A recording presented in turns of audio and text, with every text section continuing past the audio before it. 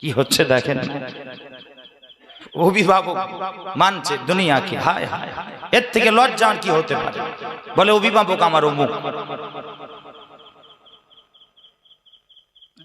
বলে বাচ্চা আমি অমুকের বাচ্চা, আমি অমুকের, আমি আমি আমি কি বলছে শুনেন, অমুকের বাচ্চা আমি, অমুক যা বলবে আমি তাই করব, হ্যাঁ অমুকের আদেশে আমি এসেছি, অমুকের হুকুমে এসেছি। বেল্ট পরে নিয়েছে হাতে, গলায় বেল্ট পড়েছে, হাতে বেড়ি পড়েছে, ওই হারাম খোরদের জালেমদের আগুনে ঝাঁপ দেবে বলছে, তাই তো নাকি? ছি ছি ছি ছি, লজ্জা।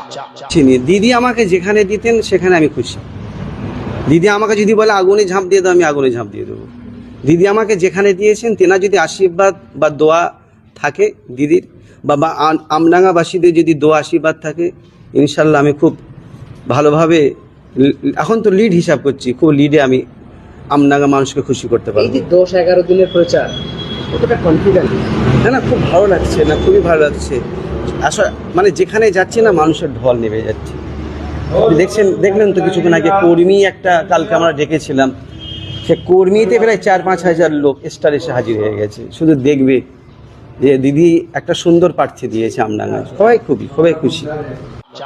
এর থেকে লজ্জার আমাদের কি আছে? আল্লাহর কসম, আরে আমাদের, আরে এই শব্দ দরকার ছিল রাসূলুল্লাহর জন্য বলা।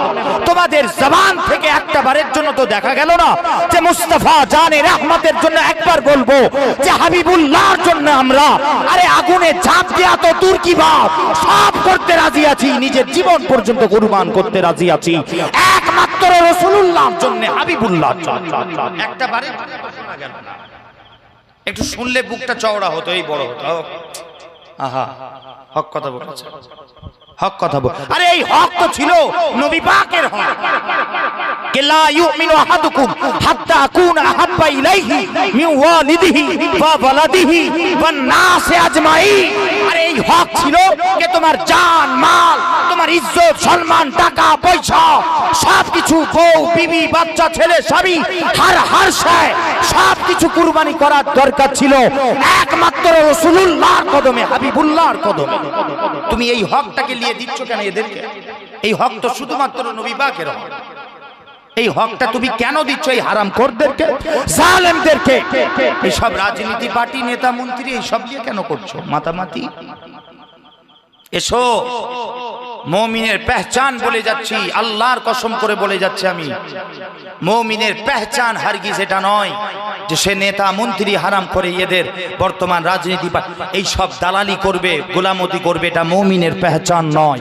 মুমিনের পেহচান হলো সে গোলামতি একমাত্র আম্মাজান সাইয়্যিদা আমিনার লাল, মদিনার দুলাল নবী মুস্তাফার গোলামতি করবে, হাবিবুল্লাহর দালালি করবে সে, আর পৃথিবীতে কারো দালালি করবে না। কথা ঠিক বলছি না? অসুবিধা হচ্ছে আপনাদের?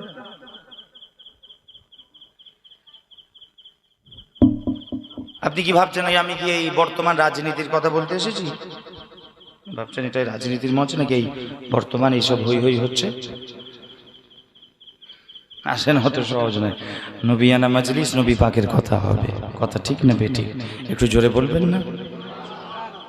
হুজুরের কথা হবে, আসে, কিন্তু হকটা একটু বলতে হবে তো, আসে, সতর্ক করতে হবে। আসে আসে আসে, কিছু সূত্র, কিছু সতর্কমূলক কিছু কথা, কয়েক কথা বলবো টুটা ফুটা, বাস একটু মাথায় রাখবেন, জেহেনে রাখবেন, মৃত্যু পর্যন্ত কাজে দেবে, আপনাকে গোমরা কেউ করতে পারবে না।